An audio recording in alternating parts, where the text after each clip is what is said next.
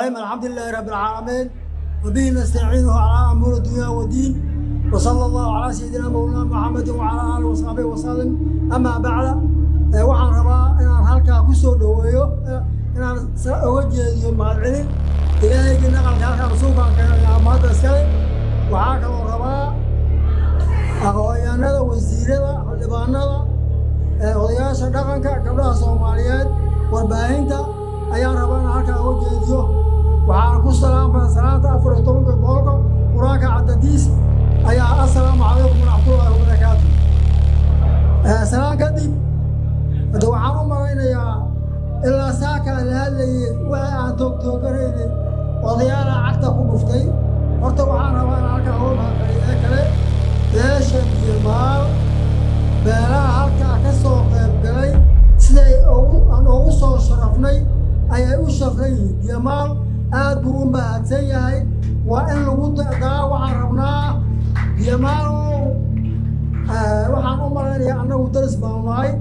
waxaan rabnaa guusha aad bilowday inaad ku fadiso deegaanka Soomaaliyeed oo dhan siiba beelaha direed sidaan loogu bilowday ayaan rabnaa inaan idinku daano annagana sidaas camal aanu ku ballaarino. waxaan rabnaa Biyomaal guul baan leenahay. alla ha guuleeyo annagoo dhan alla hana guuleeyo. nabadgelyada uu ku baaqayna Soomaaliya marka hore alla ha gaarsiiyo ka dambana annaga alla hana gaarsiiyo.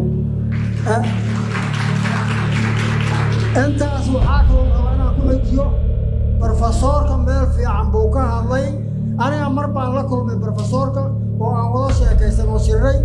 brofesoor arrimaha aad sheegayso ee ah waxa aad ku salaysan tahay Soomaaliya iyo deegaanka ay ku salaysan tahay xaqiiqa bilcagsi anoo ka hadlayo annagu ma jeclin markii deegaanka runta aad sheegayso haddii aan nahay Soomaaliya ma jeclin. waxaase kaa codsanaynaa aqoontaada iyo cimrigaada ilaahay ku gaarsiiyey sida aad uga taariikhaynayso beelaha Soomaaliyeed kuwa la midka ah shiri doona inaadan ka baaqan oo sidaas aad ugu taariikhayso dadku waxaa way dad runta dhibaysaa jirta.